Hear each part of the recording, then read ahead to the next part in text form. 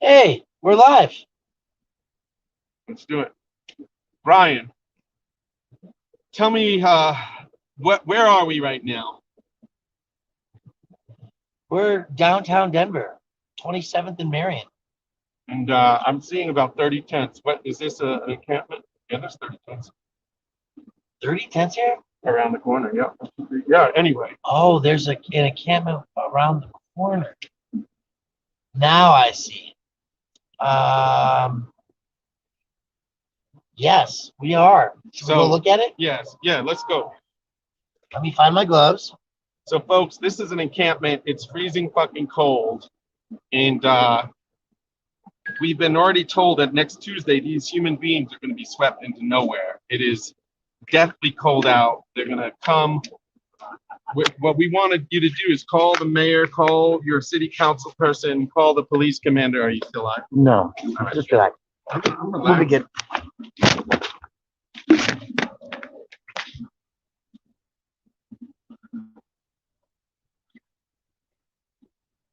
I'm gonna tell people there's cigarettes and survival gear.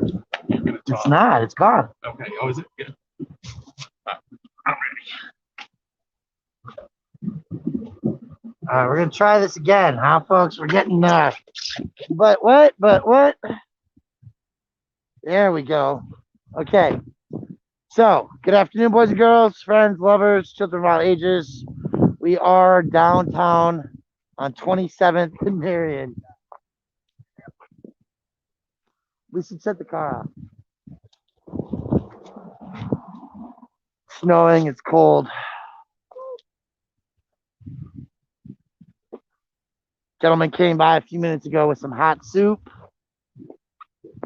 We had clothes, jackets, blankets that were being given out. This zone here is scheduled for a sweep next week. And one of the people that you've seen and talked to along the way and over the years is our friend Wolf. How's it going, man? Hey, now. How you doing? A little cold, a little frostbite, but I'm all right. Yeah? Well, tell me, you and I have known each other for a few years. Yeah. So you've been living out in this fucking, this cold space for a long time. About 8 years between here and Aurora. And tell me, folks look at this camp and say, those are just a bunch of hobos that are. Hobos and drunks and guys. No, we're not. Okay. Is this a community? Would you call this a community? Yeah, I definitely call it a community. I mean, there's 40 people out here, 20 people at the least. Yeah, it's a community. Yeah. Definitely. And so another kind of uninformed critique is something about the trash and shit and pee in the alleys. Tell us about that. Most of our people try and we do it clean and sanitary, and everybody's got to do these things. But we do it in plastic bags, and then the plastic bags get thrown away, just like anybody else would when they're camping. You know what I mean? I getcha. But we that's only because since we're homeless, they won't let us go into any of the places around here. And they pretty much chase us out of most places. The shelters, they chase you? No, not shelters, but like businesses. Oh, yeah, like I that. understand. There's nowhere for you to be. No, well, not nowhere to be, nowhere to go and relieve yourself, nowhere to do anything because you're homeless. So as far as most people are concerned, you are nothing because you are homeless. Tell me a little bit about your story. Where are you from, bro? Utah and Arizona. Why'd you come here? I had a girlfriend and she had family here, so we came here. And I lost her soon after, and I've been here 20-something years. Tell me, because I brought you soup. Why did I have to bring you soup instead of you going and getting it? Because I got frostbite on my feet, and I can't stand up right now. I've had it twice in the last 3 weeks, and it literally about drops me in my knees every time I step on my feet. And it's not that I don't know how to take care of myself or that I don't. Hell, I was a Marine for 6 years.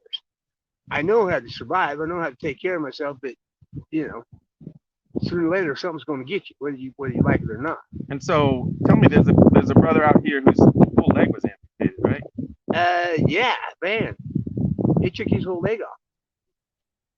Man, tell me, so there's a sweep scheduled, and at least you're going to get a couple of days warning because of the fight that D-Hole has Well, won. the fight D-Hole's one, since we are a large community, they're gonna have to give us 7 days notice. Excellent. Oh, wait, I have some news for you. But let's keep going. So what is the sweep going to look like? Traumatic displacement. Yeah, I mean, they come in at 4 o'clock in the morning and just start throwing up fences, and they got backhoe behind them, and they just keep pushing down the line until it's done. What do they push down the line? Us, everybody. If you're packing your stuff then they give you a few minutes and they bypass you. But if you're not right there, they'll just mow your shit over and throw it in the trash can. But you can like take all your carts and your food and shit, right? You can if you're awake at 4 o'clock in the morning. If you're not, you will be as soon as they come through sounding the sirens and you start seeing them throw fences up at Crossroads. When they did that, there were people literally running like it was Godzilla coming to get them. Yeah, and also like an activist like Brian or me, if we show up, what are they going to do to activists? They locked them outside the fence, so they couldn't even get into us and couldn't even help us. We were having to send carts over, like flat carts, over the fences so we could help people get their stuff out. Because activists were bringing us carts. V was really good at that. Yeah. She helped us. She brought carts, and they were literally throwing them up over the fence so we could get carts push our stuff out of there so we didn't lose our stuff. I went back to that site the day after, and I did kind of like I just filmed everything that was left. Mm-hmm. Tell me why they cut dog leashes. I found medical equipment. Why? What the? Excuse me. They don't care. If you're not moving when they say you move, they will move you. Then they don't care. And since we're having litigations to stop the sweeps, period, they're getting right on to that. You know, they're taking that shit personal. So what'll happen? What will you all do the day they the day they displace you? Traumatically displaced. Well, we're trying to work on the thing with this preacher for this land right here to go inside of the fence. Yeah. And we've been on that for a good 3 weeks now, and we're still holding out hope for that. Hope matters. Now, Yeah. Let me tell you something, because we've been here before. Uh-huh. The city will just declare private property blight, and then they have the authority to sweep you from there too. They do, yes. But if we have a lease agreement from the property owner, then there's a way that we can stay in there as long as we do what we say we're doing. Yeah. I get really upset when people watch what we film, and I call them poverty voyeurs. Yeah. People who just watch this stuff, they get a little upset. What would you like people who are watching, and there's several, to do? What can they do to support and help this? We're out here because we didn't have enough money to stay in our houses, or I was in a motel, and I had a roommate, and he got hurt at work. And I held out as long as I could, but eventually I couldn't pay the bill. Can I ask, how much do you think you were paying for the hotel a night? It was $365 a week. $365. So And I worked 1,400 a month. I worked for a temporary company doing construction cleanup, and the reason I got it was because I couldn't afford it by myself. For years I could. Now the last few years I was there, I couldn't. Last couple, and I made decent money, And it's not like I was out drugging and drinking. I hardly went anywhere.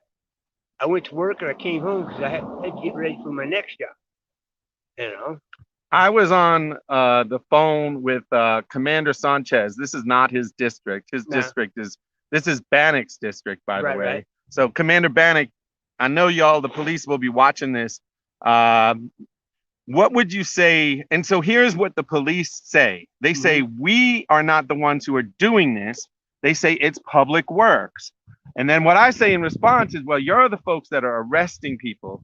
Here's my question. If you had a chance to talk to the mayor and the police chief, what would you tell them right now? Because incidentally, I can assure you the police are watching this video. I'm sure they are. And a little while ago, I did this thing through D-Hole where they asked me, if you had a chance to talk to the mayor, what would you say? And I talked to him about all of the things that were happening and everything else. And it's like that's the first time anybody's asked me what would you tell the man, and Are I'm you still thinking recording? all the money that they put into to getting rid of us and chasing us around and sweeping us, they could put that into a property or something to where we were in one spot and we weren't a problem anymore. I mean, why spend money to make the problem bigger when you could spend less money and make the problem less? There's 2 inches of snow on the ground. Let's say next week it's 2 inches as well. Will they not sweep you if it's Oh cold? hell no, they'll sweep it. They don't care. They'll I've sweep. been swept right in the middle of a snowstorm before. So at first they used to care and they wouldn't do it when it was snowing or rain or bad weather, but not anymore. They don't care because everybody's putting in litigations and stuff so that we get left alone. And now they're taking it personally and they don't care whether it rains, if it's 6 inches, 8 inches of snow, they're coming after. The Center for Disease Control, the most powerful federal institution that is responsible for the COVID response, has said, in fact, that homeless folks should be able to shelter in place until COVID's over. Yeah. Until COVID's over. Are there folks with COVID out here? None that I've seen, but I know that. I mean, if you look between me and that next tent, there is at least 10 feet. I mean, we've listened to them. The ones that haven't listened to him is the police and the authorities. Because I saw something right from litigation or from the Center of Disease Control that said we won't be swept. And the officer looked at it and went, "Well, that's got nothing to do with me. You got 2 minutes to get your shit together, or it's gone." And that was his response. And if you get arrested for breaking, quote, the urban camping ban, what happens then? They give you a ticket and you got to go to court and then you got to pay a fine. The reason I'm illegally camping or whatever they say is because I don't have enough money to get anywhere else. So let's talk about that for a second. I want to stay relevant on that subject because the real answer. Well, you've been out here for 8 years. Yeah. Okay. You've been in police interactions with being told that you're not having a right to live in the space that you're living in at least 30 to 50 times that I could think of. And let's be realistic. I have stood against the authorities on sweeps. I understand that. What I'm asking you is, where are you in the housing process? Where has the city, the services, the agencies that are actively and directly involved in your life at and bringing you into the housed community? I don't know. They say I'm on the list for an apartment, and they're getting my IDs, getting all the everything, this and that. You're on the list. You got to do this. You got to do that. But this is the 5th time I've heard that. In how many weeks or how many years? 8 years. In 8 years, you've been through this process eight times. 5 times. They've told me. They've told me I have. I haven't had any proof. They've told me I have. I know this, the federal government guarantees all veterans a housing voucher and claims that every veteran is entitled to housing. Tell me about that. You're a veteran. Yeah. Well, why don't you just take up that housing voucher? As soon as I see it, I will. As soon as they give me a chance to look at it, I'm the first one. I'm Native American. I come from a reservation. I'm sorry, that answer doesn't make sense to me. I don't think they actually have to hand you a certificate for you to have a certificate. So they have to show me a house and show me that I can actually walk into an apartment that is mine, in my name. I haven't seen it. All I've seen is people tell me, yes, you're on the list. Okay. I should be able to have one due to sovereign nation law. I don't see that either. Because I'm a Native American, I'm a vet. I mean, the only thing I'm not that qualifies for these kind of things is female. And I'm still 8 years into the process and I haven't walked into an apartment yet. And that's the answer I'm looking for, right? You've never been housed in this process. No, they put me in shelters and I have PTSD and I can't be in the shelter. I mean, you've been in part of some of the city's biggest lawsuits. Yeah. Regarding this setting national law. Right. And you're still 8 years in, you're not housed. I have not walked into the house, no. Well, why don't you walk into a shelter? Everybody is like out here is like, well, they have shelters. Why the fuck? Excuse me. I'm gonna stop cursing. I have PTSD, and I had 6 years in the Marine Corps and 2 years as mercenary. if I decide I need to step outside for a minute, that's because somebody's going to get hurt. And when I step outside and they tell me, well, you can't come back in now, the fuck is that? I mean, can I deal with that? Right. So they're not handling a pathway to manage mental health while you're in the shelter. For veterans, no. Have you ever without medicine? No. Yeah. They haven't done. All they tell me is you're not following the program, so you're going to have to leave. And all I'm doing is trying not to have a confrontation with anybody. It's not really my fault. When I get pushed and PTSD happens, I'm going to snap, and I need to get outside for a second and calm down. And their only thing is, well, you're not following the program, so you got to go. In fact, you know Ray Lyle. Yeah. So Ray Lyle describes the shelters as kennels. Tell me what it's like a night at Crossroads, which is the largest kind of shelter. When I first came out here, I got paroled to Crossroads. Crossroads is you got to be there by 2:30, wait in line until 4 o'clock, and then when you get in there, they give you a bed. It's like being in prison. Would you rather be in jail or in Crossroads? Quick question. Jail, and I'd rather be in prison than in jail because you have more freedom and they don't try and hold you down as much. I mean, you can't have a job and live at Crossroads. It just doesn't happen. So these folks, you're in one of the, we're in 80205. It's the fastest gentrifying zip code in the United States. What would you tell all of these kind of folks? They have the Black Lives Matter sign on their lawn. Their houses have increased by twofold. What do you want from our neighbors? A fair and honest look at us like we look at them. I mean, they treat us like the enemy. And when there was kids throwing snowballs with rocks in them at us when we got here because their dad didn't want us here and lied and said, well, these guys, this, that, that's that. Okay, well, the next day, these guys are throwing snowballs with rocks in them, and their parents are letting them get away with that. We ain't doing anything to them. As a matter of fact, one of our main things is we don't hunt in our own house. We actually keep other people from stealing shit here because we're here. But yet they look at us like we're below them.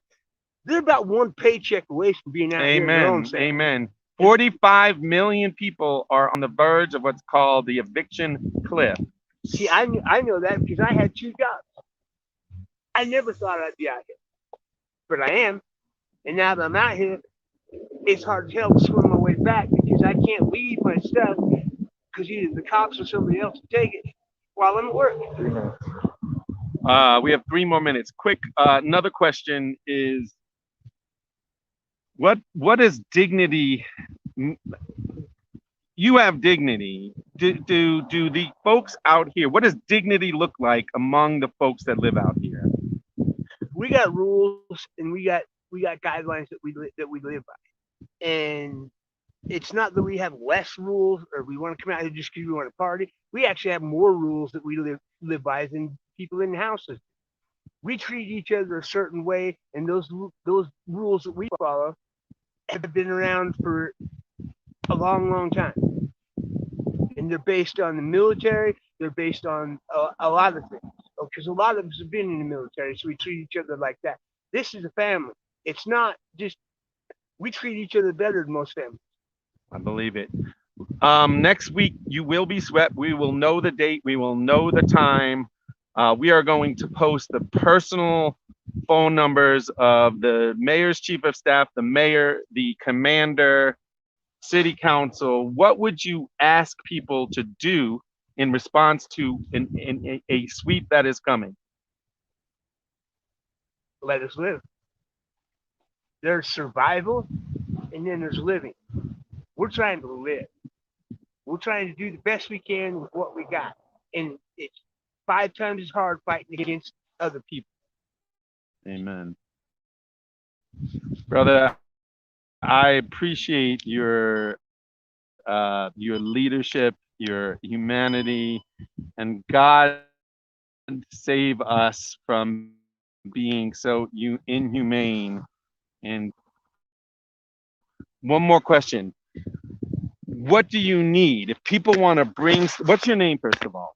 Wolf. Wolf. If people want to, If they were trying to help us, I mean, put yourself in our situation. What would you need? We need propane to heat, candles to heat, water, basic things for survival. And then put yourself in our position. What would you need? When I was living in a motel, I'd pay my bills, and then I'd take a certain amount of money, and I would go out and get water and food and stuff for homeless people, blankets and stuff like that. All we basically need is human respect. I know that a lot of young people, it's called boosting. What's boosting? If somebody's like sick, what?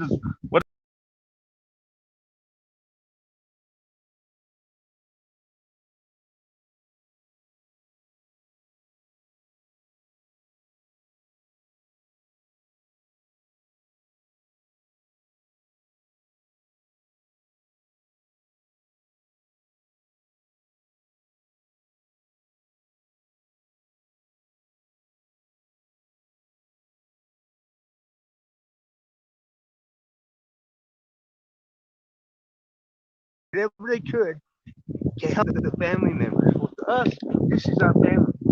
Most of us don't have a family. This is it. So we help our family the best way we can. Well, thank you for being the. Thank you. Thank you. Yes. Thank you. And anybody who's watching this, if you do nothing, stop watching this because that is complete bullshit. And so here's Wolf. This is what people are like. These are Stop human watching beings. this. Huh? Stop watching this. No, don't stop watching, folks. Don't listen to PJ. Watch. Be involved, right? The reason that people come out into the bring food in their cars is because they watch shit like this, right? I want you to watch it till it hurts. That's what I want. Until you understand. Until you understand what it's like to be sitting out here in the freezing cold, wondering if you're going to get warm again, or wondering if somebody's going to come and jump on you and beat on you in the middle of the night. I want you to watch it till you feel that. And then you'll know what it's like to be me. Thank you. Yeah. That was good, Wolf. Thank you. I got a question though, because I got a little bit more better than I thought I did left. And I want to know about waste management here.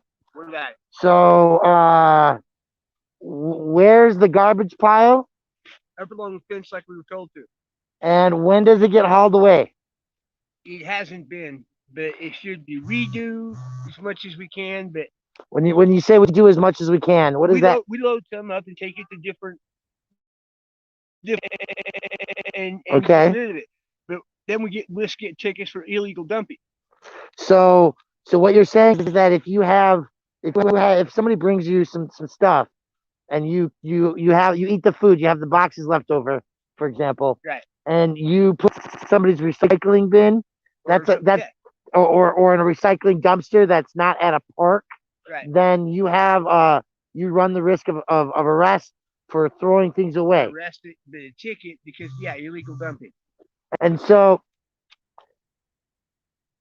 you're not allowed to throw things away and clean up after yourself. You could get a ticket for that. Pretty much, yeah. And they bring you garbage cans to help you throw things away in a legal way? No. Okay. And there were bathrooms that were being provided for you. Not here. Not here. That was in the bigger places. Everybody was watching. Out here where nobody sees it, we get nothing. And what